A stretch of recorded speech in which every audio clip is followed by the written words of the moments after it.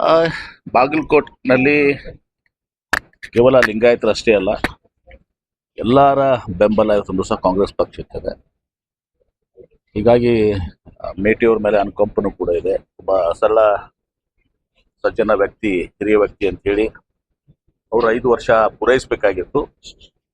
ಅವರ ಅಕಾಲಿಕ ನಿಧನದಿಂದ ನಾವು ಅವರ ಪುತ್ರ ಉಮೇಶ್ ಮೇಟಿ ಅವ್ರಿಗೆ ಟಿಕೆಟ್ ಕೊಟ್ಟಿದ್ದೀವಿ. ಹೀಗಾಗಿ ನಾವು ನಿನ್ನೆ ಲಿಂಗಾಯತರಾಯಿತು, ಅಲ್ಪಸಂಖ್ಯಾತರ ಇದಕ್ಕೂ ಹೋಗಿದ್ದೀವಿ, ಹಳ್ಳಿಯಲ್ಲಿ ಹೋಗಿದ್ದೀವಿ, ಬೇರೆ ಬೇರೆ ಸಮುದಾಯಗಳ ಕರ್ಕೊಂಡು ಹೋಗಿದ್ದೀವಿ. ಎಲ್ಲರ ಒಂದು ಬೆಂಬಲ ಇವತ್ತು ಕಾಂಗ್ರೆಸ್ ಪಕ್ಷಕ್ಕಿದೆ.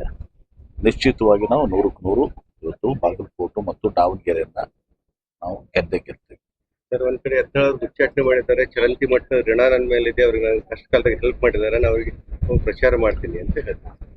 ನಾನು ನಿನ್ನೆ ಬಾಗಲಕೋಟೆನಲ್ಲಿ ಹೇಳ್ಬಿಟ್ಟಿದ್ದಕ್ಕೆ ಮತ್ತೆ ಪುನರುಚ್ಚರಿಸೋದು ಬೇಕಾಗಿಲ್ಲ. ಆದರೆ ಇಷ್ಟೇ ಹೇಳ್ತೀನಿ, ಇವತ್ತು ಯಾರ ಅಧ್ಯಕ್ಷತೆಯಲ್ಲಿ ಚುನಾವಣೆ ನಡೀತಾ ಇದೆ? ಇದು ನಮ್ಮ ವಿಜಯೇಂದ್ರ ಅವರ ಅಧ್ಯಕ್ಷತೆಯಲ್ಲಿ ಚುನಾವಣೆ ನಡೀತದೆ. ಇದು ವಿಜಯೇಂದ್ರ ಅವರಿಗೆ ಅಳಿವು ಉಳಿವು ಪ್ರಶ್ನೆ. ಈ 2 ಚುನಾವಣೆ, ಈ 2 ಚುನಾವಣೆ ಗೆದ್ರೆ ವಿಜಯೇಂದ್ರಗೆ ನಾಯಕತ್ವದ ಇದು ಆಗ್ತದೆ. ಈ 2 ಸೋತ್ರೆ ವಿಜಯೇಂದ್ರನ ತೆಗೆದಾಕ್ತಾರೆ.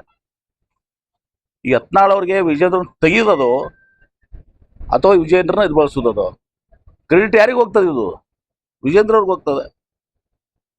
ಮತ್ತು ಇವರು ಒಂದು ಕಡೆ ಯಡಿಯೂರಪ್ಪ ಮಗ ವಿಜಯೇಂದ್ರ ಅಂತ ಹೇಳ್ತಾರೆ ಏನ್ರಿ. ಮತ್ತೆ ವಿಜಯೇಂದ್ರ ನೇತೃತ್ವ ಚುನಾವಣೆ ನಡೀತದೆ ಏನ್ರಿ?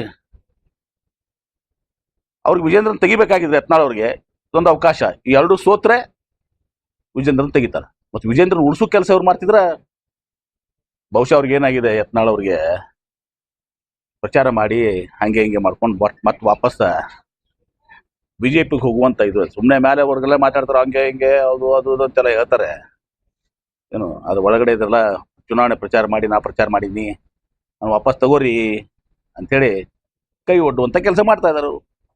ಸ್ವಾಭಿಮಾನ ಇವ್ರಿಗೇನಾದ್ರೂ ಇದ್ರೆ ಮರ್ಯಾದೆ, ಯಾಕಂದ್ರೆ ಹೊರಗೆ ಹಾಕಿದಾರೆ, ಹೊರಗೆ ತಪ್ಪಿದಾರೆ, ಎಕ್ಸ್ಪೆಲ್ ಮಾಡಿದಾರೆ. ಈಗ ಸ್ವಾಭಿಮಾನ, ಮಾನ ಮರ್ಯಾದೆ ಇದ್ರೆ ಸೋಲಿಸಿ ತೋರಿಸ್ಬೇಕು ಅವ್ರಿಬ್ಬರನ್ನ.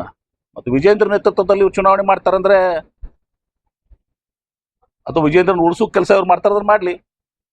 ಇದಾಗಿನೂ ಕೂಡ ನಾವು ಗೆಲ್ತೀವಿ. ಯತ್ನಾಳ್ ಏನ್ ಮಾಡಿದ್ರು ನಾವು ಗೆಲ್ತೀವಿ. ಆದ್ರೆ ಯತ್ನಾಳ್ ಏನ್ ಮಾಡ್ತಾ ಇದಾರೆ, ಒಂದ್ ಕಡೆ ವಿಜಯೇಂದ್ರ ಯಡಿಯೂರಪ್ಪ ಅಂತ ಹೇಳ್ತಾರೆ. ವಿಜಯೇಂದ್ರ ಅಧ್ಯಕ್ಷ, ಈಗ ರಾಜ್ಯಾಧ್ಯಕ್ಷ, ಅವರ ನೇತೃತ್ವದ ಚುನಾವಣೆ ನಡೀತಾ ಇದೆ. ಈ 2 ಚುನಾವಣೆ ಸೋತ್ರೆ ನಿಶ್ಚಿತವಾಗಿ ವಿಜೇಂದ್ರ ಚೇಂಜ್ ಆಗ್ತಾನೆ. ವಿಜೇಂದ್ರ ಚೇಂಜ್ ಆಗೋದು ಬೇಕಾಗಿದೇನೋ ಇರ್ಲೋ ಅನ್ನೋದು ಅವರು ನೈತಿಕ ಹೊಣೆ ಅವ್ರು ಅರ್ಥ ಮಾಡ್ಕೊಳ್ಳಿ. ಇವ್ರ ಉದ್ದೇಶ ಏನಿದೆ ಯತ್ನಾಳ್ ಅವ್ರದ್ದು? ವಿಜೇಂದ್ರನ ಉಳಿಸ್ಬೇಕಂತ. ಮತ್ತೆ ಯಾಕೆ ಮಾತಾಡ್ತಾರೆ ಹೊರಗಡೆ ಸುಮ್ಮನೆ ಮಾತಿಗೆ ಯಡಿಯೂರಪ್ಪ ಮಗ ಅಂತೇಳಿ?